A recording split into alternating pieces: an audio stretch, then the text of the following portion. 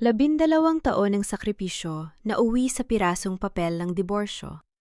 Habang nangangatog si Selena sa malamig na sahig, masayang sumisimsim ng alak si Darius kasama ang kabit nitong si Vanna. Isang brutal na sigaw ang bumasag sa kanyang pagkatao. Baog ka at walang silbi kaya umalis ka ng walang kahit ano. Ngunit nagkamali sila.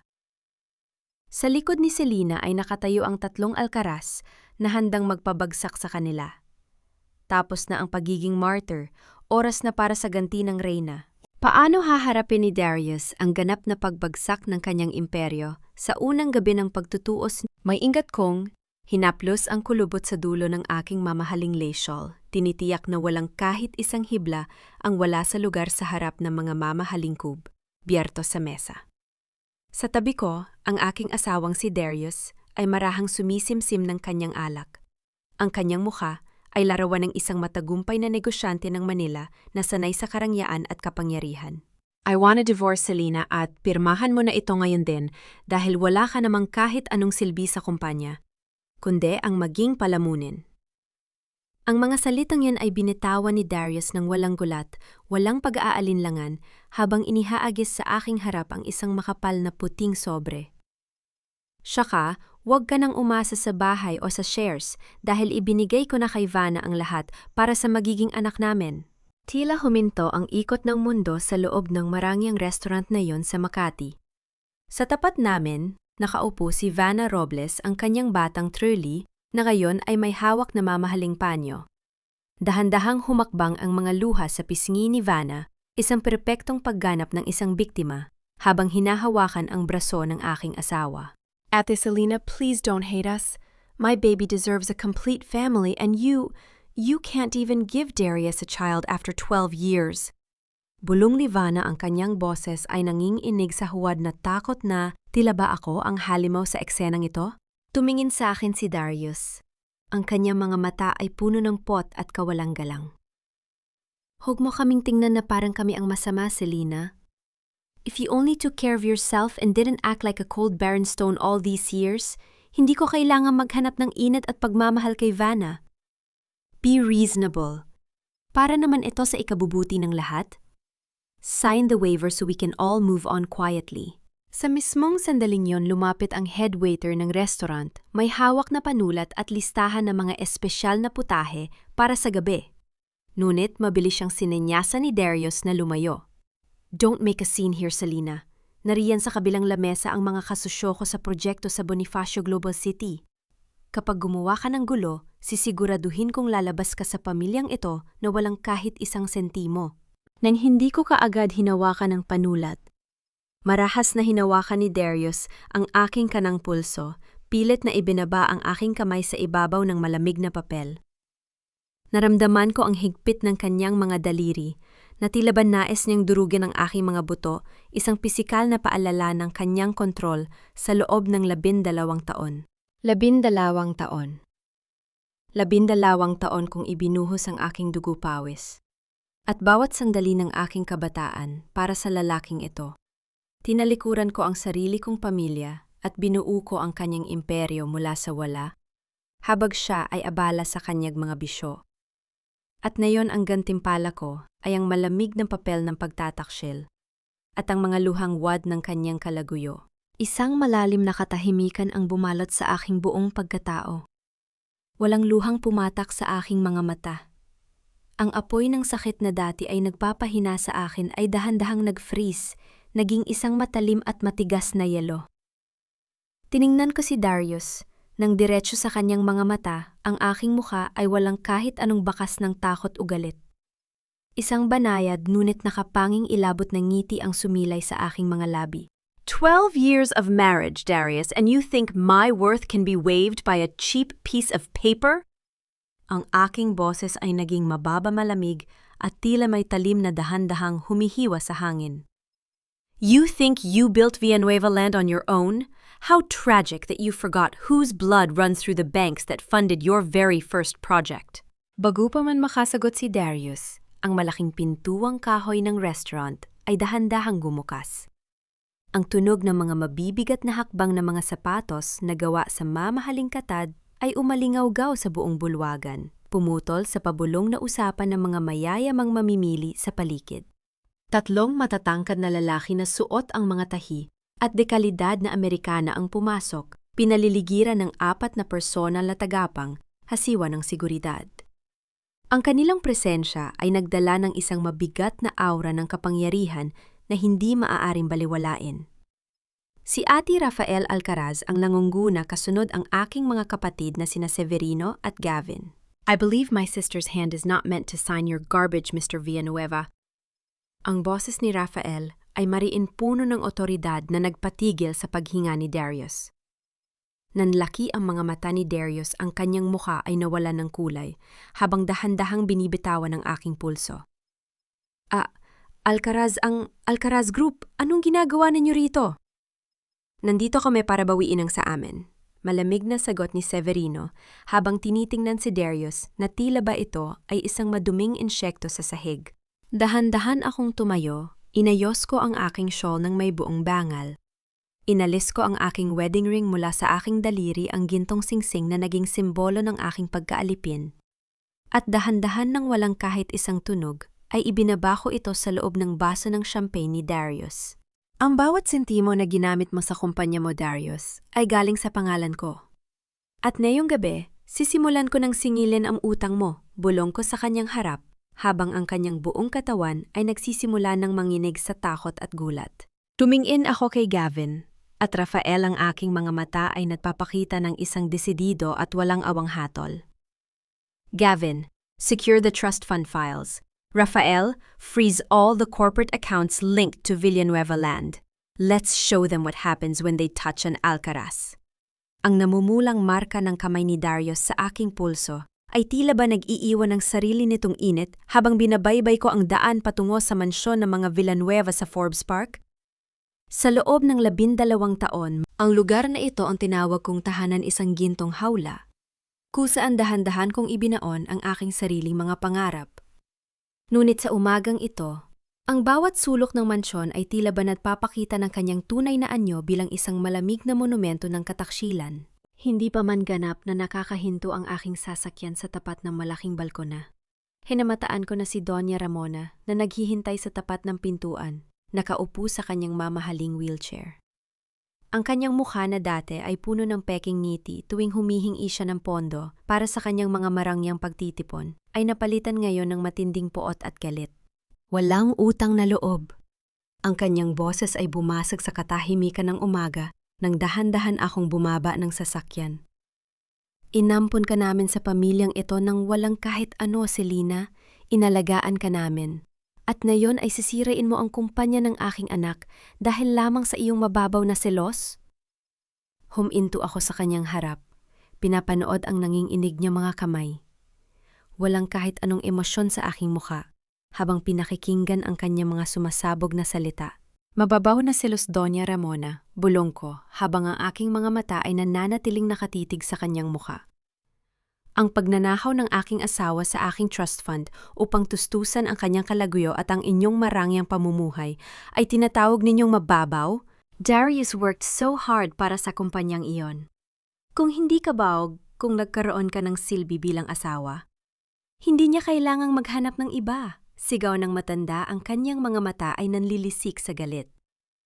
You are just a barren woman, Selena. Isang walang silbing asawa na walang ibang alam kundi ang maging pabigat. Bago ko pa man masagot ang kanyang mga insulto, narinig ko ang marahang kaluskos ng tsinela sa hagdanan mula sa ikalawang palapag. Ay bumaba si Vanna Robles. Ang aking lalamunan ay napuno ng lason nang makita kong suot niya ang aking paboritong emerald green silk robe. Ang robe na regalo sa akin ng aking yumaong ama. Ate Selena, please wag po kayong magalit kay Mami Ramona. Umiiyak na naman si Vanna, dahan-dahang lumapit sa matanda upang ayusin ang kumot nito habang sumusulyap sa akin ng may mapanlinlang na ngiti sa likod ng kanyang mga luha. Darius told me I could use this. Lumamig po kasi ang panahon kagabi sa kanyang silid. Please, wag ninyo kaming saktan. Ang makita ang aking sariling robe na suot ng kalaguyo ng aking asawa ay hindi nagdulot ng pagsigaw sa aking mga labi. Sa halip, naramdaman ko ang isang matalim at malamig na dumi sa aking puso. Dahan-dahan akong humakbang patungo sa kanila. Sa likod ko, 4 na profesional na movers na ipinadala ng aking kapatid na si Gavin ang pumasok sa sala hawak ang malalaking kahon. "I-pack ninyo ang lahat ng gamit ko sa library, ang mga painting na binili ko at ang aking mga personal na kasangkapan," utos ko sa mga movers nang hindi man lang tinitingnan si Vanna. Dinala ako ng aking mga hakbang patungo sa library upang kunin ang aking mga lumang journal. Habang binubuksan ko ang lihim na drawer ng aking lamesa, isang opisyal na sulat na may logo ng isang kilalang bangko sa Switzerland ang kumuha ng aking pansin. Ito ay nakapangalan kina Darius Villanueva at Vanna Robles na nagpapakita ng isang lihim na account na may deposito ng malaking halaga ng dolyar. Agad ko itong itinago sa loob ng aking bag habang ang aking puso ay mabilis na tumitibok sa galit na aking kinokontrol. Nang lumabas ako ng library, sinubukan ni Doña Ramona na haringin ang aking daan sa pamamagitan ng pag-abot ng kanyang nanginginig na kamay upang hawakan ang aking braso. Mabilis akong humakbang pabalik upang iwasan ang kanyang haplos. Ang aking mga mata ay dahan-dahang bumaba sa wheelchair na kanyang kinauupuan, ang customized ergonomic wheelchair na aking binili at ipina-import pa mula sa Germany gamit ang aking unang malaking sahod mula sa aking maliit na design firm bago ako pilitin ni Darius na mag-resign upang maging isang ganap na asawa. "You don't have the right to take anything from this house, Selena. Sa amin ang mansyong ito." Sigaw ng matanda habang pilit na pinipigilan ang mga movers na ilabas ang mga kahon ng aking mga libro. Inilabas ko ang aking tablet mula sa aking bag, binuksan ang isang PDF file at iniharap ang screen sa kanyang mukha. "The deed of trust of this mansion defaulted 3 months ago, Doña Ramona, dahil ginamit ito ni Darius bilang collateral para sa isang malaking pautang mula sa Alcaraz Capital, ang kumpanyang pag-aari ng aking pamilya." Saad ko ang aking boses ay patuloy na bumababa sa lamig. At ngayong umaga, opisyal nang inaprobahan ng korte ang aming foreclosure notice. Nanlaki ang mga mata ni Ramona. Ang kanyang hininga ay naging mabilis at gulo habang binabasa ang mga opisyal na selyo ng korte sa screen. Si Vanna naman ay napaatras, ang kanyang wad na katatagan ay dahan-dahang naglaho habang nakatitig sa akin. "You have 48 hours to pack your things and leave, Doña Ramona," dugtong ko habang dahan-dahang isinusara ang aking tablet. Dahil sa makalawa ang mansyong ito ay muling magiging pag-aari ng pamilya Alcaraz. Kinuha ko ang aking gold-plated na susi ng mansyon mula sa aking bag. Sa harap ng kanilang mga nanginginig na mata, dahan-dahan ko itong binitiwan. Ang susi ay bumagsak sa mahogany na sahig nang walang kahit anong pag-aalinlang. Ang lumika ng isang matalim na tunog na naghudyat ng aking ganap na paglaya.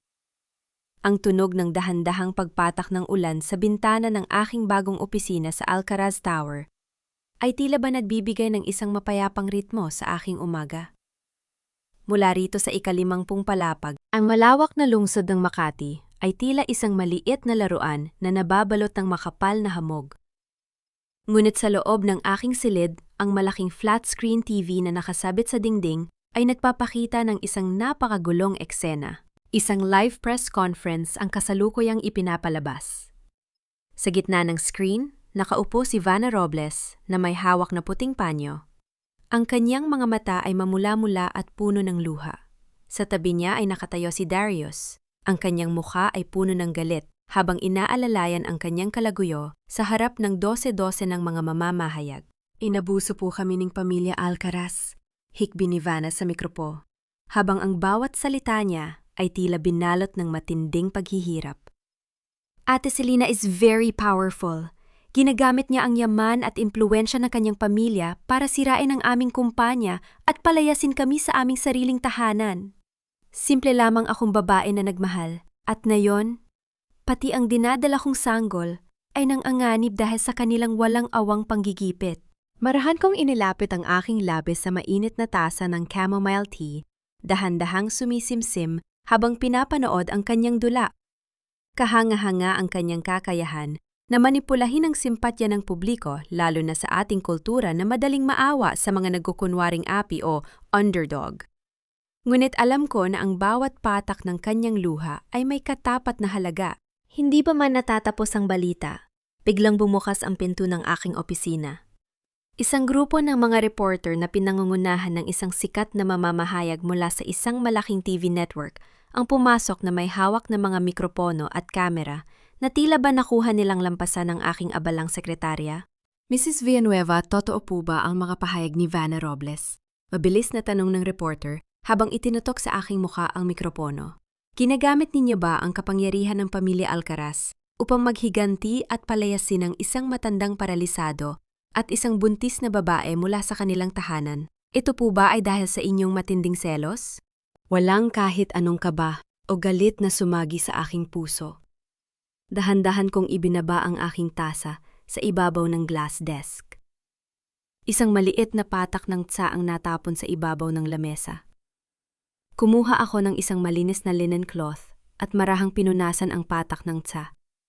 Dahan-dahan, tinitiyak na walang kahit isang mansa ang maiiwan sa makintab na salamin bago ko sila hinarap. Huwag po nating talakayin ang mga emosyon, kundi ang mga katotohanan. Malamig kong panimula habang ang aking boses ay nananatiling matatag sa harap ng mga kamera. Inabot ko ang isang makapal na folder sa aking lamesa at dahan-dahang inilatag sa harap ng mga reporter. Binuksan ko ito upang ipakita ang mga detalyadong ulat ng audit na may mga opisyal na pirma ng mga forensic accountant. Ito ang opisyal na financial audit ng Villanueva Land. Saad ko, habang ang aking mga daliri ay nakaturo sa mga tiyak na transaksyon. Sa loob ng nakalipas na 2 taon, si Ms. Vanna Robles habang nagtatrabaho bilang personal assistant ng aking asawa ay matagumpay na naglipat ng halagang 24 na milyong piso mula sa pondo ng kumpanya patungo sa kanyang personal na account sa Cagayan de Oro. Ito po ay hindi usapin ng selos kundi isang kaso ng qualified theft at corporate embezzlement. Narinig ko ang mahihinang bulungan ng mga reporter habang mabilis na kumukuha ng mga larawan ng mga dokumento ang mga cameramen. Ang mga pirma at bank transfers ay napakalinaw, walang puwang para sa anumang pagtanggi. Habang abala ang lahat sa pagkuha ng impormasyon, marahan kong kinuha ang aking telepono na nakalatag sa tabi ng tasa ng tsa. Isang bagong mensahe mula sa isang hindi kilalang numero ang pumasok sa aking inbox. Alam ko kung saan itinago ni Darius ang mga lumang ledger. Mabilis kong itinago ang aking telepono sa bulsa ng aking kasuotan. Tumingin ako ng diretso sa pinakamalaking kamera na kasalukuyang nagpapalabas ng live broadcast sa buong bansa. Ang aking mukha ay tila isang pader ng yelo na walang kahit anong emosyon. Hindi binibili ng luha ang hustisya, Ms. Robles. Ihanda mo ang mga abogado mo? Saad ko ng may matalim at nakamamatay na katahimikan.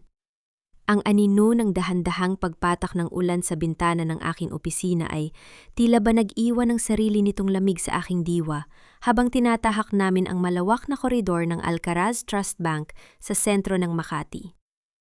Ang gusaling ito ay gawa sa naglalakihang semento at salamin, isang katedral ng pananalapi kung saan ang bawat desisyon ay maaaring magpabagsak o magpaangat ng isang imperyo. Sa dulo ng koridor mula sa silid ng presidente ng bangko ay dinig ko ang pamilyar at galit na boses ng aking asawa. What do you mean, frozen, isang malaking kalokohan ito? Ang sigaw ni Darius ay naging dahilan upang mapahinto ang mga empleyadong naglalakad sa labas ng silid. Corporate account ko yan. Kailangan kong bayaran ng aking mga kontraktor sa BGC project na yun ding hapon. At ang payroll ng aking mga empleyado ay nakasalalay rito. Hindi ninyo pwedeng gawin ito sa akin. Nang buksan ng aking kapatid na si Severino ang pinto ang katahimikan, ay biglang lumaganap sa loob ng silid. Nakatayo si Darius sa tapat ng lamesa ng presidente ng bangko na si Mr. Jose Santos. Basang-basa ng pawis ang kanyang muka. Maluwag ang kanyang mamahaling kurbata at ang kanyang mga mata ay nanlilisik sa galit at takot.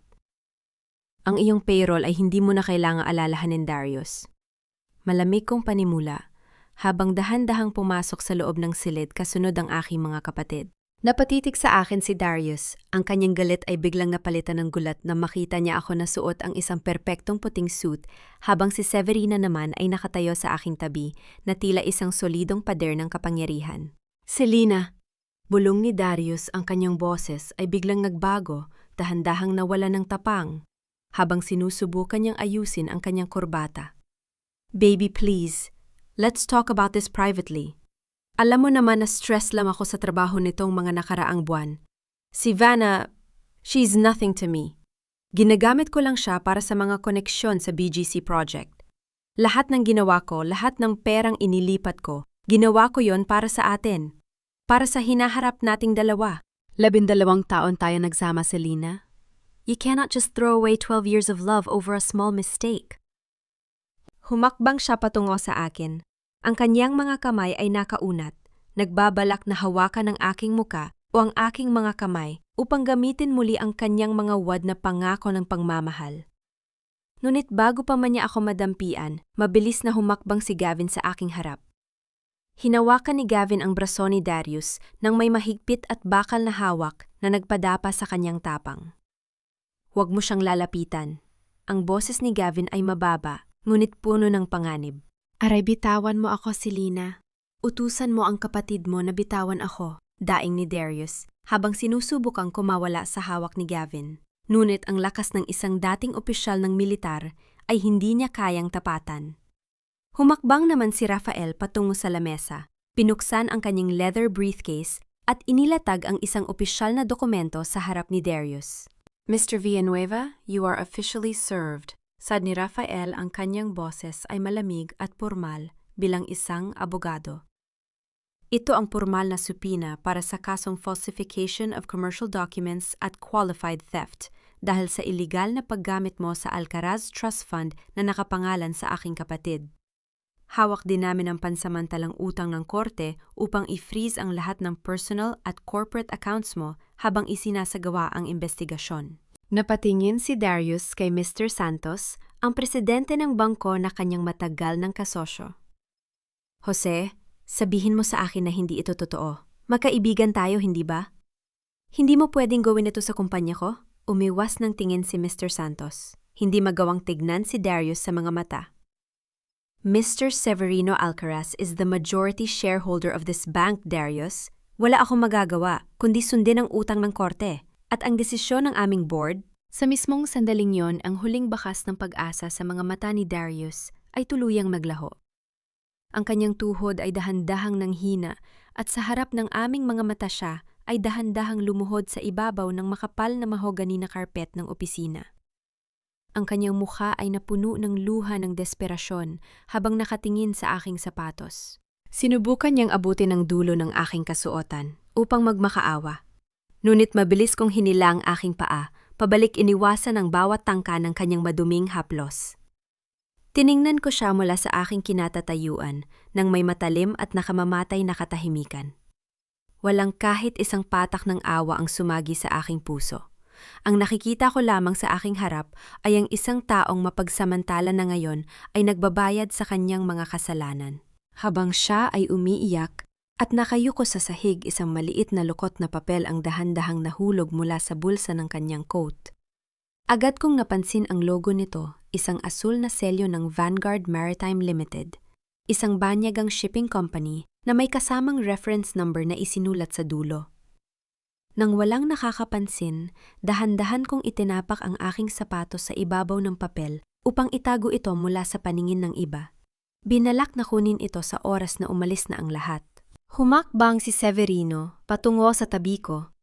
Tiningnan ang nakaluhod na si Darius nang may matinding hamak.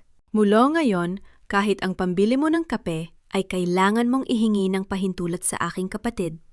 Malamig na saad ni Severino na naging dahilan upang lalong manghina si Darius sa sahig.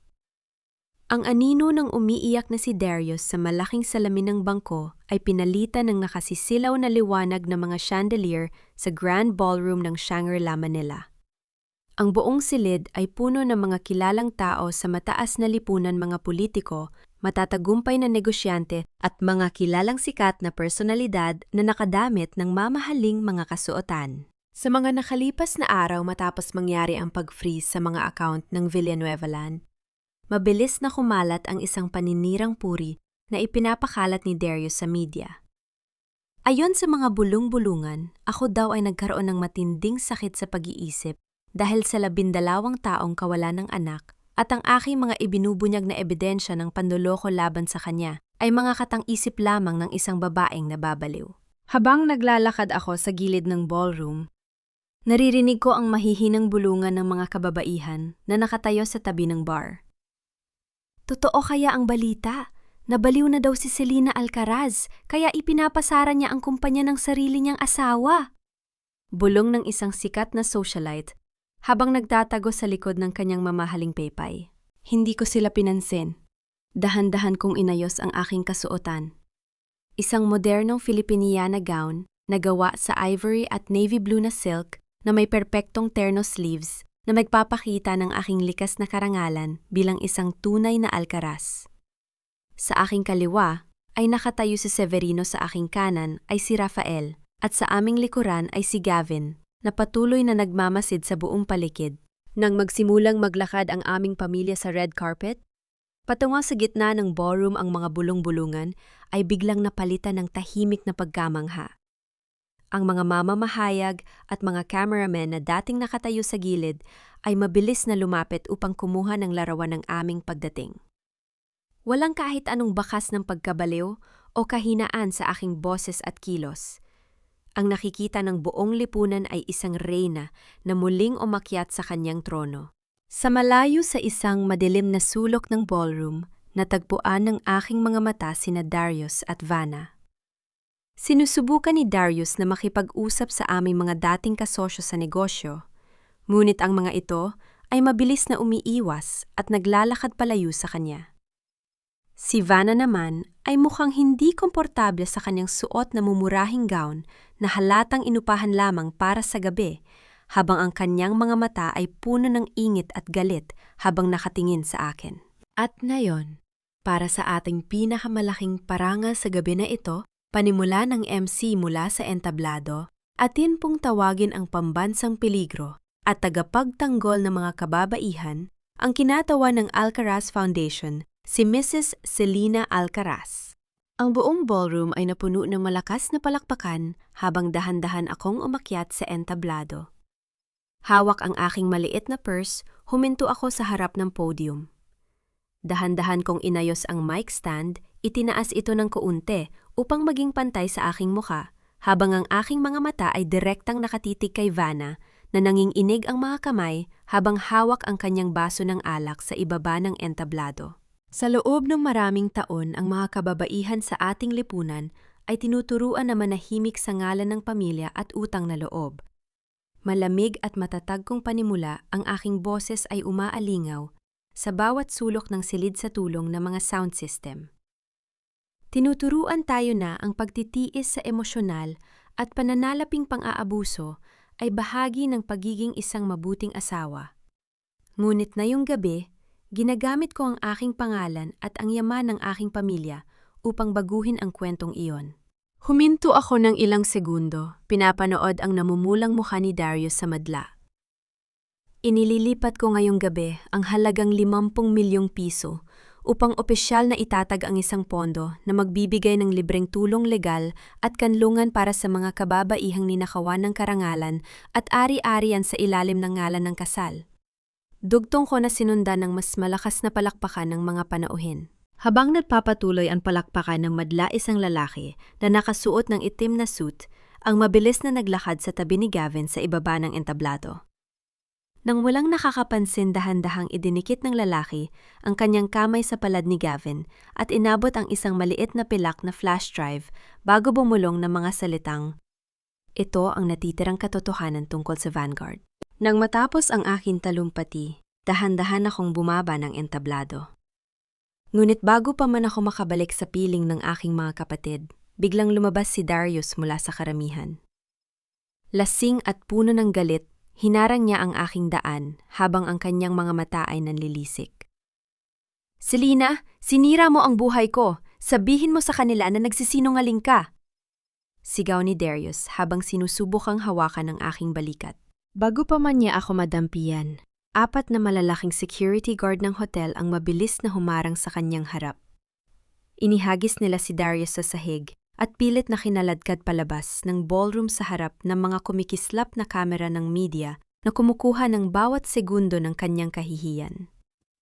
Tumingin ako kay Gavin na nakatayo sa tabi ko at napansin ko ang pilak na flash drive sa kanyang kamay na sumasalamin sa liwanag ng mga chandelier sa aming itaas. Ang pilak na flash drive sa kamay ni Gavin ay tila ba nag-iwan ng sarili nitong misteryo sa aking diwa? Hanggang sa sumapit ang umaga ng pagbawi sa mansyon ng mga Villanueva sa Forbes Park. Ang sikat ng araw ay hindi sapat upang tunawin lahit ang kaunting lamig na bumabalot sa aking puso habang nakatayo ako sa tapat ng malaking pintuan ng bahay kung saan ko binuo ang aking buhay sa loob ng 12 taon. Sa loob ng sala ang sitwasyon ay puno ng gulo. Ang mga sheriff ng korte, kasama ang mga tauhan ng federal na pamahalaan, ay kasalukuyang naglalagay ng mga eviction seal sa mga dingding. Ang mga movers naman ay dahan-dahang inilalabas ang mga mamahaling kasangkapan mga muebles na gawa sa mahogany mga banyagang plurera at mga kristal na dekorasyon na ako mismo ang pumili at bumili gamit ang aking sariling pera. Huwag ninyong hawakan yan, akin yan, galing yan sa aking pamilya. Ang iyak at sigaw ni Doña Ramona ay bumasag sa katahimikan ng bahay. Nakakapit ang kanyang mga nanginginig na kamay sa dulo ng isang antigong lamesa, sinusubukang pigilan ang mga sheriff na ilabas ito. Nang pumasok ako sa foyer, nakasuot ng isang simpleng uling na kulay. Nang kasuotan, ang lahat ay napahinto. Tiningnan ko ang buong paligid nang may matatag at walang awang mga mata. Walang kahit anong galit sa aking mukha. Ang nakikita ko lamang ay ang katapusan ng aking pagkaalipin. Nang makita ako ni Doña Ramona mula sa kanyang wheelchair, ang kanyang mukha ay napuno ng matinding puot at kahihiyan. Selina, napakasama mong babae, dinungisan mo ang pangalan ng aming pamilya sa harap ng media at ngayon, pati ang aming tahanan ay kinukuha mo sa amin. Wala kang puso, wala kang utang na loob. Hindi ko muna siya sinagot. Naglakad ako patungo sa ikalawang palapag sa silid na dating pinagsaluhan namin ni Darius upang tiyakin na wala akong naiwang importanteng dokumento. Habang sinusuri ko ang isang nakatagong drawer sa loob ng closet ni Darius, nakuha ng aking pansin ang isang makapal na brown envelope. Nang buksan ko ito, isang dayuhang pasaporte ang tumambad sa aking mga kamay. Ito ay nakapangalan sa isang David C. Ngunit ang larawan sa loob ay walang iba kundi si Darius. Kasama ang isang one-way flight ticket patungong Panama na may petsang sa susunod na linggo. Ang misteryong ito ay nagpapatunay lamang na may balak siyang tumakas at iwanan maging ang kanyang sariling ina sa oras na bumagsak ang kanyang kumpanya. Agad kong itinago ang pasaporte sa aking bag upang ibigay kay Rafael. Pagbaba ko sa sala, huminto ako sa harap ng wheelchair ni Doña Ramona. Ang matanda ay nakatitig sa akin nang may matinding galit ang kanyang hininga. Ay mabilis at gulo habang pilit na pinoprotektahan ang huling kasangkapan na natitira sa kanyang tabi. Sa kabila ng lahat ng kanyang mga panlalait, dahan-dahan akong yumuko sa kanyang harap. Kinuha ko ang kanyang magaspang tuyo at nanginginig na kamay. Nang walang kahit anong pag-aalinlangan, idinampi ko ang kanyang kamay sa aking noo. Ang huling pagmamano na aking gagawin sa kanya. Ang pakiramdam ng magaspang at nanginginig niyang balat sa aking noo ay tila ba isang pormal na pagputol sa bawat kadena ng obligasyon na nagbigkis sa akin sa pamilyang ito? Nang iwanan ko ang kanyang kamay, naramdaman ko ang isang ganap at permanenteng kalayaan. Tumingin ako sa kanyang mga mata nang may malamig at matatag na katahimikan. Ibinigay ko ang 12 taon ng aking buhay para alagaan ka, habang ang sarili mong anak ay abala sa ibang babae, Doña Ramona, saad ko, habang ang aking boses ay hindi man lang nanginginig sa anumang emosyon. Ngayong araw, opisyal na akong bayad sa lahat ng inyong utang na loob. Tinalikuran ko siya at dahan-dahang naglakad palabas ng mansyon. Sa aking likuran, ang mabibigat na bakal na pinto ng Forbes Park Mansion ay dahan-dahang isinarado ng mga security guard. Ang tunog ng paglapat na mabibigat na bakal ng gate ay umalingaw-ngaw sa buong paligid. Hudyat na ang pinto ng aking nakaraan ay tuluyan ng nailok magpakailanman. Ang tunog ng paglapat ng mabibigat na bakal ng gate ng mansyon ay tila ba pinalitan ng banay? At malamig na ugong ng air conditioner sa loob ng marangyang boardroom ng Grand Hyatt sa Bonifacio Global City. Ang silid na ito ay binalot ng amoy ng mamahaling pabango bagong leather na upuan at ang mabigat na tensyon ng isang multimilyong kasunduan. Sa dulo ng mahabang lamesa na gawa sa makintab na mahogany, nakaupo si Darius Villanueva kasama si Vanna Robles. Sinusubukan ni Darius na magmukhang panatag sa harap ng mga delegasyon mula sa Yamato Development, isang kilalang kumpanya ng mga Hapones na pinangungunahan ni Mr. Kenji Tanaka. This BGC commercial tower project will yield a 200% return on investment within 5 years, Mr. Tanaka. Paniniguro ni Darius habang mabilis na ipinapakita ang mga digital slide ng kanyang proyekto. Ang lupang pagtatayuan ay nasa pinakamagandang lokasyon, ang mga permit ay kompleto na at ang kumpanya ko ay handang-handa na para sa merger na ito. We just need your final signature on the joint venture agreement today. Si Vanna ay nakangiti sa tabi niya. Sinusubukang magmukhang isang profesional na executive. Ngunit ang kanyang mga kamay na mahigpit na nakahawak sa kanyang designer notebook ay nagpapakita ng kanyang matinding kaba. Bago pa man maabot ni Mr. Tanaka ang kanyang panulat, ang malaking glass double doors ng boardroom ay dahan-dahang nag-slide ng bukas. Pumasok ako sa loob ng silid nang may buong karangalan na kasuot ng isang pasad, yung navy blue pantsuit na nagpapakita ng aking matatag na tindig. Sa aking tabi ay si Severino at sa aking likuran ay si Gavin na may hawak na isang itim na folder. Selena. Ang gulat na bulong ni Darius ay bumasag sa formal na kapaligiran ng silid. Mabilis siyang tumayo, ang kanyang mukha ay biglang napuno ng galit. Anong ginagawa mo rito? This is a private corporate meeting. Security! Get this woman out of my boardroom! Humakbang si Severino sa aking harap, ang kanyang boses ay naging mabalasik at puno ng awtoridad. Actually, Mr. Villanueva, ikaw ang bisita rito. Alcaraz Capital has just acquired 90% of the outstanding debt of your landholding subsidiary at kami na ngayon ang may-ari ng lupang kasalukuyan mong ipinagmamalaki sa aming mga bisita. Nalito si Mr. Tanaka sa biglaang gulo. Tumingin siya kay Darius bago hinarap si Severino. Mr. Villanueva, what is the meaning of this? You told us your land title was completely clean and undisputed. Humakbang ako patungo sa lamesa at dahan-dahan kong inilapag ang mga dokumento mula sa aking folder sa harap ni Mr. Tanaka. Mr. Tanaka, pinapaniwala kayo ni Mr. Villanueva na ang ari-ariang ito ay sa kanya, saad ko sa wikang Ingles nang may perpektong kasanayan at lamig. Ngunit ang katotohanan ay ginamit niya ang mga falsified signatures at isang dummy corporation upang ilipat ang titulo ng BGC property na ito na orihinal na pag-aari ng aking pamilya sa ilalim ng aking trust fund. Here is the official forensic handwriting analysis from the government at ang opisyal na freeze order mula sa Manila Regional Trial Court. Mabilis na sinuri ni Mr. Tanaka at ng kanyang mga kasosyo ang aking mga inilapag na dokumento. Sa bawat segundong lumilipas ang muka ng mga Hapones ay unti-unting naging malamig at seryoso. Sabay-sabay silang tumayo, hinarap ako at dahan-dahang yumuko bilang tanda ng kanilang matinding paggalap.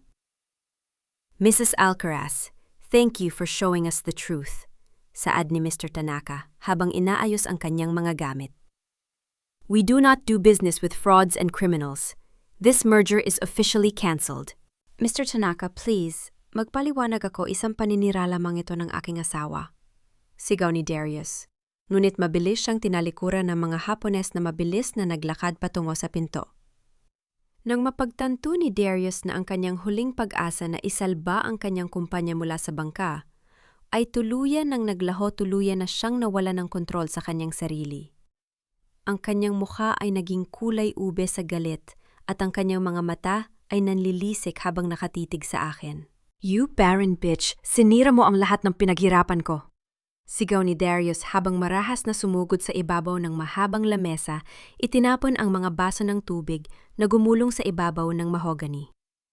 Bago pa man niya ako madampian, mabilis siyang pinigilan ng dalawang malalaking tauhan ng seguridad ni Gavin. Pilit nilang idinapa si Darius sa ibabaw ng lamesa. Ang kanyang pisingi ay nakadikit sa makintab na kahoy, habang patuloy siyang sumisigawan ng mga pagbabanta. Pakakawalan mo ako, Selena, patatayin kita. Daing niya habang nanginginig sa galit. Naupo ako ng dahan-dahan sa aking upuan, pinapanood ang kanyang gulo. Kinuha ko ang aking gintong fountain pen na nakapatong sa ibabaw ng aking notebook. Meticulously dahan-dahan ko itong isinarado, pinakinggan ang marahang tunog ng paglapat ng takip ng aking fountain pen bago ko ito itinago sa aking bulsa. Sa mismong sandaling iyon ang aking telepo, noon na nasa ibabaw ng lamesa ay nag-vibrate. Isang bagong mensahe mula kay Leo Robles, ang nakababatang kapatid ni Vanna, ang pumasok. Ma'am Selina, tulungan ninyo po kami. Pinabantaan po ni Darius ang buhay ng aking ina sa probinsya kapag hindi inako ni Ate Vanna ang lahat ng kasalanan sa korte. Mabilis kong itinago ang aking telepo habang ang aking mga mata ay nananatiling nakatitig sa nakaluhod at duguang si Darius sa dulo ng lamesa. Ang kumpanyang ito ay itinayo sa aking pangalan, Darius. Malamig kong saad habang nakatingin sa kanya ng walang kahit anong awa. At ngayon, ibinabalik ko lang ito sa tunay na may-ari. Ang tunog na mabilis na paglakad ng mga sapatos ng mga Hapones na lumalabas sa boardroom ay tila ba pinalitan ng marahang bulong ng hangin sa labas ng isang tahimik at liblib na cafe sa Alabang. Ang silid na ito ay binalot ng amoy ng bagong giling na kape, ngunit ang kapaligiran ay puno ng mabigat na tensyon na hindi kayang pawiin ng init ng tsaa. Nakatitig ako sa dumi sa gilid ng aking porselanang tasa ng tsaa habang nakaupo sa sulok ng cafe. Sa tapat ko nakaupo si Vanna Robles. Wala na ang kanyang karaniwang mamahaling designer bags at marangyang mga kasuotan. Suot niya ngayon ang isang simpleng t-shirt at pantalon. Ang kanyang mukha ay maputla, walang make-up, at ang kanyang mga mata ay namamaga sa walang humpay na pag-iyak. Ate Selina, salamat at nakipagkita ka sa akin. Pabulong na panimula ni Vanna, ang kanyang boses ay naninginig habang paulit-ulit na sumusulip sa pintuan ng cafe na tila ba may sumusunod sa kanya. Wala na akong ibang mapuntahan. Si Darius, nababaliw na siya. Binabantaan niya ang pamilya ko sa probinsya kapag hindi ko inako ang lahat ng kaso ng pananalapi sa korte. Ngunit hindi ko yun ginawa ng mag-isa. Siya ang nag-utos sa akin na ilipat ang 24 na milyong piso. Inilagay niya ang isang maliit na folder sa ibabaw ng lamesa, dahan-dahang isinulong patungo sa aking direksyon. Narito ang lahat ng tunay na ulat ng Swiss bank account, ang mga dokumento na nagpapatunay na si Darius ang utak ng lahat ng pagnanakaw sa iyong trust fund.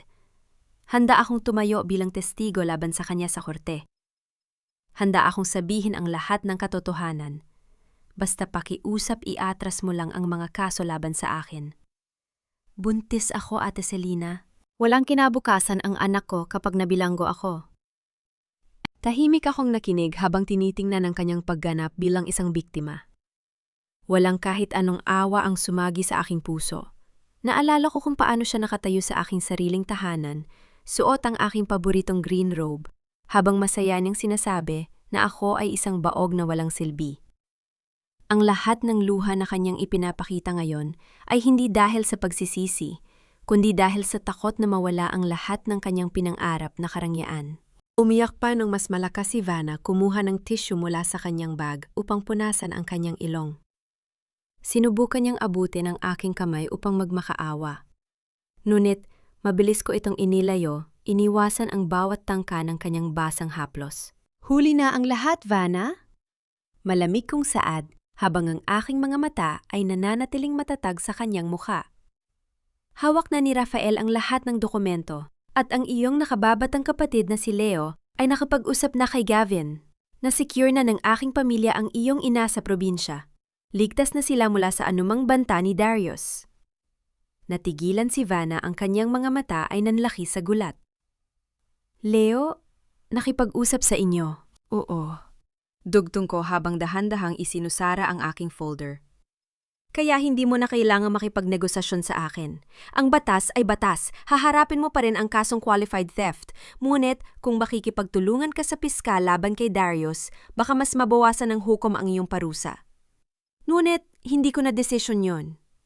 Sa mismong sandaling yon, ang aking telepono na nakalatag sa tabi ng tasa ay biglang nag-vibrate. Isang tawag mula sa St. Luke's Medical Center ang aking sinagot. Mrs. Villanueva, mabilis pong lumalala ang kondisyon ni Doña Ramona. Saad ng doktor, mula sa kabilang linya. Siya ay dumanas ng isa pang stroke at ang kanyang katawan ay hindi na tumatanggap ng mga gamot. Humihingi po siya ng pagkakataon na makita ka bago huli ang lahat. Dahan-dahan akong tumayo, kinuha ang aking bag at tiningnan ang nakaluhod at nanginginig na si Vanna sa tapat ng aking lamesa. Sa mundong ito, Miss Robles, may mga pagkakamaling hindi kayang hugasan ng luha. Malamig kong saad bago siya tinalikuran. Kumuha ako ng isang pilak na barya mula sa aking bag. At dahan-dahan ko itong ibinaba sa ibabaw ng lamesang salamin upang bayaran ang aking tsaa. Ang tunog ng paglapat ng pilak na barya sa ibabaw ng lamesang salamin ay umalingaw-ngaw sa tahimik na cafe hood tiyat ng aking formal na pag-alis mula sa kanyang buhay. Ang tunog ng paglapat ng pilak na barya sa ibabaw ng lamesang salamin sa cafe ay tila ba pinalitan ng mabigat na kaluskos na mga lumang papel at ang formal na kapaligiran ng pre-trial conference room sa Manila Regional Trial Court. Ang silid ay binalot ng amoy ng luma at selyadong kahoy, isang lugar kung saan ang bawat salita ay may katapat na parusa sa ilalim ng batas. Nakatira sa magkabilang panig ng mahabang lamesa ang magkabilang legal team. Si Rafael, kasama ang dalawa pa naming pamilyang abogado, ay tahimik na nag-aayos ng kanilang mga case file.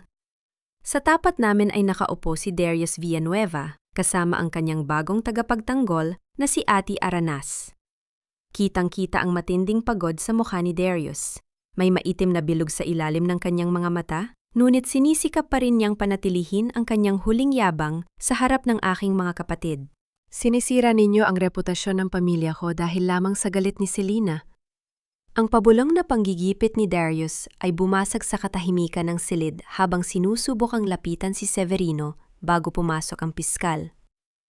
This will look bad for the Alcaraz family too kung mapapatuloy ito. Sa isang pampublikong paglilitis, let's settle this out of court. Handa kong ibalik ang kalahati ng mga share sa BGC property basta iatras ninyo ang mga kriminal na kaso. Tumingin si Rafael kay Darius nang may matalim at nakamamatay na ni Iti.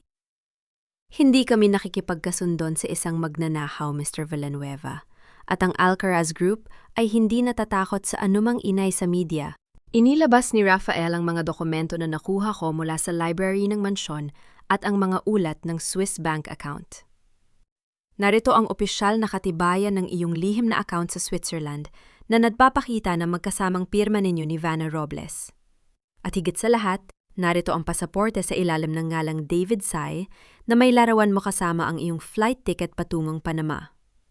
This proves your clear intention to flee the country at gagamitin namin ito upang hilingin sa hukom na tanggihan ang iyong karapatan sa piyansa.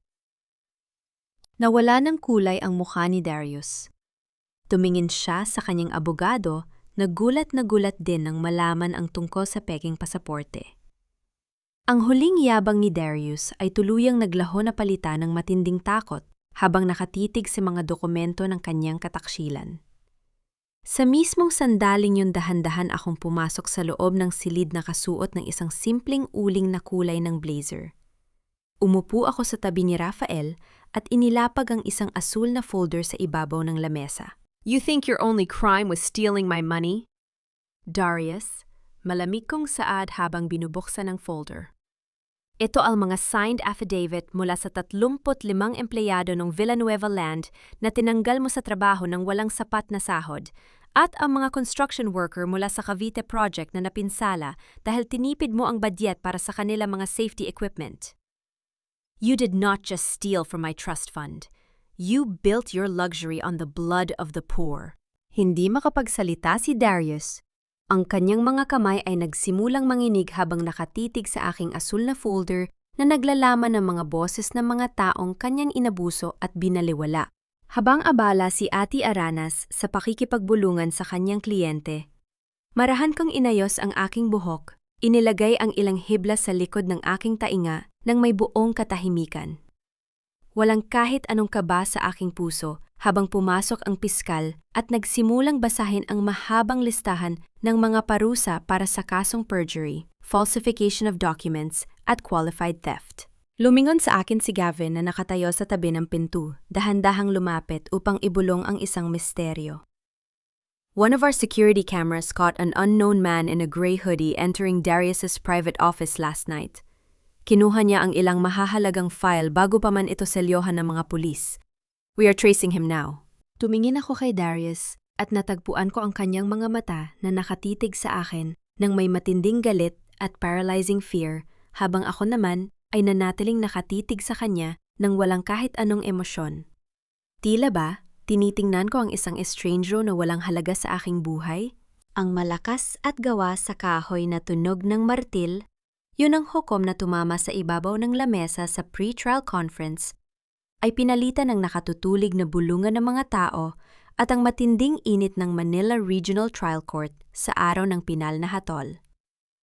Ang silid hukuman ay punong-puno ng mga mamamahayag, mga mausisang manonood, at mga miyembro ng mataas na lipunan na nagnanais na makita ang pagbagsak ng kilalang negosyante ng lungsod. Nakatayo ako sa witness stand nakasuot ng isang simpleng itim na coat na may puting blusa sa loob. Ang aking mukha ay nananatiling mahinahon, walang bakas ng kaba o pag-aalinlangan, habang binabaybay ko ang bawat detalye ng panloloko sa pananalapi na ginawa ng aking asawa. Mrs. Alcaraz, panimula ng tagapagtanggol ni Darius, sinusubukang gipitin ako sa harap ng hukom. Hindi po ba kaya ninyo ginagawa ito ay dahil lamang sa galit at selos nang malamanin yung may ibang babae ang inyong asawa? Isang personal na paghihiganti lamang ito? Tiningnan ko ang abogado ng diretsyo sa kanyang mga mata, ang aking boses ay naging matatag at formal. Hindi po. Ginagawa ko ito dahil falsified ni Mr. Villanueva ang aking pirma ng 36 na beses upang ilipat ang higit sa 70 milyong piso mula sa aking trust fund patungo sa kanyang kumpanya. Ang pagtataksil ay isang personal na pagkabigo. Ngunit ang pagnanakaw at falsification ay isang federal na krimen. Nandito ako upang hingin ang katarungan ng batas. Nang matapos ang aking testimony, dahan-dahan akong bumalik sa aking upuan sa tabi ni Rafael. Pagkalipas ng ilang oras ng paglalahad ng mga ebiden, siya tumayo si Judge Maria Teresa Ramos, hawak ang opisyal na dokumento ng pinal na hatol. Ang buong silid hukuman ay napuno ng nakabibinging katahimikan. Sa kasong qualified theft, panimula ng hukom ang kanyang boses ay naging malinaw sa bawat sulok ng silid. Ang korte ay napatunay ang nagkasala si Vanna Robles nang walang makatwirang pag-aalinlangan sa ilalim ng Artikulo 30 ng Revised Penal Code. Siya ay hinahatulan ng 5 taong pagkabilanggo nang walang karapatan sa piyansa. Nang marinig ang hatol, tuluyang nawalan ng kontrol si Vanna sa kanyang sarili. Ang kanyang muka ay napuno ng matinding takot at sa harap ng lahat ay marahas siyang sumugod kay Darius na nakaupo sa kanyang tabi.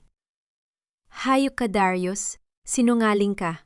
Ang histerikong sigaw ni Vanna ay naging dahilan upang magkagulo ang mga sheriff. Sinabi mo sa akin na hindi ako makukulong. Sabi mo, poprotektahan mo ako. Ikaw ang nag-utos sa aking magnakaw. Sinira mo ang buhay ko. Pilit na kinaladkad ng 2 security guard si Vanna palabas ng korte habang siya ay patuloy na sumisigaw at umiiyak sa takot. Si Darius naman ay nanatiling nakatitig sa lamesa, ang kanyang buong katawan ay nanginginig habang nagpapatuloy ang pagbasa ng hatol ng hukom para sa kanyang mga kaso. Sa kasong estafa, perjury at falsification of commercial documents, dugtong ni Judge Ramos, ang korte ay napatunayang nagkasala si Darius Villanueva. Siya ay hinatulan ng 10 taong pagkabilanggo at inuutusan na ibalik ang buong halaga na 2 milyong piso sa Alcaraz Trust Fund. Sa mismong sandaling iyon, naramdaman ko ang marahang pagpisil ni Rafael sa aking balikat. Isang malalim at matagal na hininga ang aking pinakawalan. Ang mabigat na pasanin na aking dinalas sa loob ng 12 taon ay tuluyan ng natunaw sa hangin. 2 opisyal ng pulisya ang dahan-dahang lumapit kay Darius. Narinig ko ang malamig na paglapat at paglock ng bakal ng posas sa kanyang mga kamay. Sa unang pagkakataon, tumayo si Darius, tumingin sa aking direksyon nang may mga matang puno ng luha ng desperasyon at takot. Selena, please patawarin mo ako. Sigaw ni Darius habang sinusubukang lumapit sa aking pwesto. Ngunit mabilis siyang hinawakan ng mga pulis. Magbabago ako. Ibabalik ko ang lahat ng pera. Huwag mo akong ipakulong, Selena. 12 years, Selena.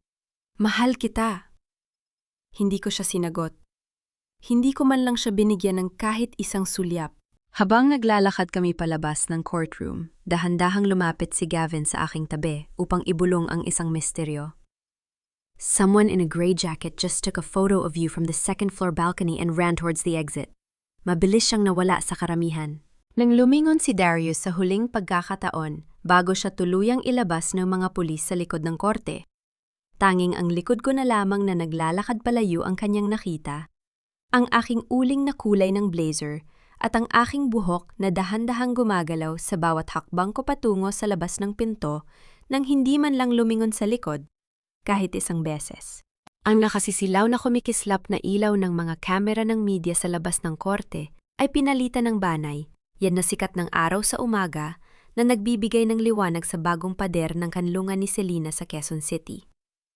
Ang gusaling ito na may malawak na bakuran at napapaligiran ng mga luntiang halaman ay magsisilbing kanlungan at legal aid center para sa mga kababaihang biktima ng pang-aabuso sa pananalapi at emosyon sa loob ng kasal. Nakatayo ako sa tapat ng pinto, ang pinapanood ang dahan-dahang pagpasok ng mga unang pamilya na aming tatanggapin. Walang kahit anong bigat sa aking dibdib. Ang bawat hakbang ko sa umagang ito ay puno ng kapayapaan at pag-asa para sa hinaharap. Isang batang ina na may hawak na maliit na maleta habang karga ang kanyang anak ang dahan-dahang lumapit sa aking pwesto. Ang bata na may malalaki at inosenteng mga mata ay bumaba mula sa karga ng kanyang ina at lumapit sa akin. Hinawakan niya ang aking kamay ng may marahang haplos at inabot sa akin ang isang simpleng guhit ng bulaklak na may kulay dilaw na talulot. Ang init ng kanyang maliit na kamay at ang inosenteng ngiti ng bata ay nagdulot ng isang tunay na luha ng galak sa aking mga mata. Sa loob ng 12 taon, naniwala ako na ako ay kulang dahil hindi ako nagkaroon ng anak. Nungit ngayon, napagtanto ko na ang aking pagmamahal ay maaaring ibahagi sa napakaraming batang nangangailangan ng proteksyon. Kinahaponan, nagtungo ako sa St. Luke's Medical Center upang bisitahin ang aking dating biyenan na si Doña Ramona. Hindi ako pumasok sa loob ng kanyang silid. Nanatili lamang ako sa labas ng salamin na bintana ng koridor, pinapanood ang kanyang maputla at mahinang katawan na ngayon ay umaasa na lamang sa mga makina upang huminga. Si Darius ay nasa kulungan si Vanna, ay naghihintay ng kanyang hatol, at ang matanda ay naiwang mag-isa nang walang kahit sinong kapamilya sa kanyang tabi. Hinarap ko ang administrator ng ospital at nilagdaan ng isang opisyal na kasunduan na magbibigay ng permanenteng pondo mula sa aking sariling pera para sa lahat ng kanyang gastusing medical hanggang sa huling sandali ng kanyang buhay. Ipinapangako po namin na aalagaan namin siya ng maayos, Mrs. Alcaraz, saad ng administrator habang tinatanggap ang aking pirmadong dokumento. Tumingin ako sa huling pagkakataon sa bintana ng silid ni Ramona bago dahan-dahang umiti. Sapat na po yan. Ang aking obligasyon sa kanya bilang tao ay tapos na rito. Ang aking pasya ay hindi naging dahilan ng aking kahinaan kundi patunay na ang aking puso ay nanatiling malinis at malaya mula sa anumang puot ng nakaraan. Pagbalik ko sa opisina ng foundation, tinulungan ako ni Rafael na ayusin ang mga huling dokumento ng aming legal trust. Sa ilalim ng mga lumang case file, nakuha ng aking pansin ang isang selyadong brown envelope na may pamilyar na sulat kamay ng aking yumaong ama, si Don Severino Sr. Ito ay itinabi ng aking mga kapatid sa vault ng pamilya at ipinangako na ibibigay lamang sa akin sa araw na ako ay ganap ng malaya. Dahan-dahan ko itong binuksan at binasa ang kanyang huling mensahe, Selena, aking bunsong anak. Alam kong mawawala ka sa iyong daan sa paghahanap ng pagmamahal. Ngunit ang dugo ng mga Alcaraz ay matatag. Palagi mong mahahanap ang daan pabalik sa iyong tahanan.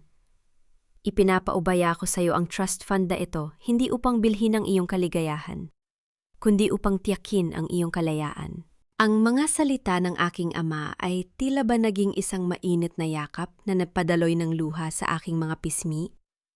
Ang aking pamilya ay hindi kailanman ako iniwan. Naghintay lamang sila na ako mismo ang magpasya na tumayo at lumaban gamit ang aking sariling lakas. Lumabas ako sa hardin ng foundation kung saan naghihintay ang aking 3 kapatid. May hawak na mga baso ng alak sina Severino at Gavin habang nakangiti silang nakatingin sa akin. Umupo ako sa kanilang tabi, nakaramdam ng isang matatag at mapayapang pakiramdam na matagal ko nang hinahanap. Tumingin ako sa kalangitan habang dahan-dahang lumulubog ang araw sa Quezon City. Nag-iiwan ng magandang kulay ng orange at lila sa abot tanaw. Alam ko na ang laban ay tapos na at ako ay ganap ng malaya. Ang marahang paghipag ng hangin sa aking buhok na nagdadala ng amoy ng mga sariwang bulaklak ng sampagwita ay tila ba naging isang bana at napaalala ng aking paglalakbay habang naglalakad ako pabalik sa parehong marangyang restaurant sa Makati. Isang taon na ang nakalipas mula noong gabi kung saan ang aking buhay ay tila gumuho sa ibabaw ng lamesang ito. Ngunit sa umagang ito, ang buong paligid ay nababalot ng ibang uri ng liwanag. Nakatitig ako sa dahan-dahang pag-ikot ng tsaa sa loob ng aking baso, habang nakaupo sa parehong sulok ng restaurant. Naalala ko ang aking sarili noong nakaraang taon nanginginig may namumulang marka ng kamay sa aking pulso. At ang aking puso ay puno ng matinding takot at kahihiyan sa harap ng panloloko ni Darius. Ngunit ngayon, suot ko ang aking sariling disenyo ng emerald green na silk dress. Ang aking buhok ay maayos na nakapusod at ang aking mga mata ay nananatiling mahinahon at puno ng ningning. Sa aking magkabilang tabi ay nakaupo sina Rafael Severino at Gavin. Nagtatawanan sila habang pinag-uusapan ang unang taong anibersaryo ng kanlungan ni Selena, na ngayon ay nakatulong na sa daan-daang kababaihan sa buong bansa. Ang kanilang suporta ay nanatiling aking sandigan isang paalala na ang tunay na pamilya ay hindi kailanman kahahayaang lumaban ng mag-isa. Isang pamilyar na waiter ang nakasaksi sa aking matinding kahihiyan noong gabi ng pagtataksil ni Darius ang dahan-dahang lumapit sa aming lamesa. Ngumiti siya ng may matinding paggalang at ibinaba ang isang kristal na baso ng malamig na tubig sa aking tapat. Sa ibabaw ng malinaw na tubig ay lumulutang ang isang sariwa at mabangong bulaklak ng sampagwita, isang lihim at tahimik na pagkilala sa aking tagumpay at pagbawi sa aking sariling danggal. Inabot ko ang baso at dahan-dahang naramdaman ang lamig nito sa aking palad. Tinanong ako ni Rafael kung napatawad ko na ba sina Darius at Vanna, bulong ko sa aking sarili habang nakatitig sa lumulutang na bulaklak. Ang aking sagot ay naging simple, ngunit puno ng malalim na kapayapaan. Ang pagpapatawad ay hindi nangangahulugan na ibabalik ko ang mga taong sumira sa aking tiwala o hahayaan ko silang takasan ang parusa ng batas. Napatawad ko na ang aking sarili, ang aking dating kahinaan, ang aking bulag na pag-aalay ng 12 taon para sa isang taong walang halaga. Para naman kay Darius at Vanna, ang batas na ang nagpataw ng kanilang parusa at ang aking puso ay wala ng puwang para sa anumang galit o poot sa kanila. Ang aking kapayapaan ay ang aking pinakamalaking tagumpay. Ang pinakamahalagang aral na aking natutunan sa buong paglalakbay na ito ay ang ating halaga bilang mga kababaihan ay hindi kailanman tinutukoy ng isang asawa, ng isang apelido, o ng ating kakayahang magkaanak sa ilalim ng pamantayan ng lipunan. Ang ating halaga ay nagmumula sa ating sariling lakas karangalan at ang kakayahang tumayo pagkatapos ng bawat marahas na pagbagsak. Ang langtot ay dapat palaging may kasamang matatag na karunungan upang hindi ito maging kasangkapan ng mga mapagsamantala. Tumingin ako sa aking sariling refleksyon sa malaking salamin ng bintana ng restaurant. Nakita ko ang isang matatagmalaya at maningning na Filipina na hindi na nangangailangan ng sinumang lalaki upang patunayan ang kanyang halaga. Dahan-dahan kaming tumayo ng aking mga kapatid. Lumabas ako sa pintuan ng restaurant, hinarap ang maingay buhay at maningning na lungsod ng Makati. Ang mainit na hangin ng gabi ay dahan-dahang dumana sa aking mukha, habang hawak ko ang kamay ni Severino at Gavin ng may buong danggal. Ang tunog ng aking mga rhythmic at may tiwalang mga yabag sa semento ay dahan-dahang nawala sa malawak at masayang ingay ng lungsod, habang naglalakad ako patungo sa isang bagong simula nang hindi lumilingon sa likod kahit isang beses.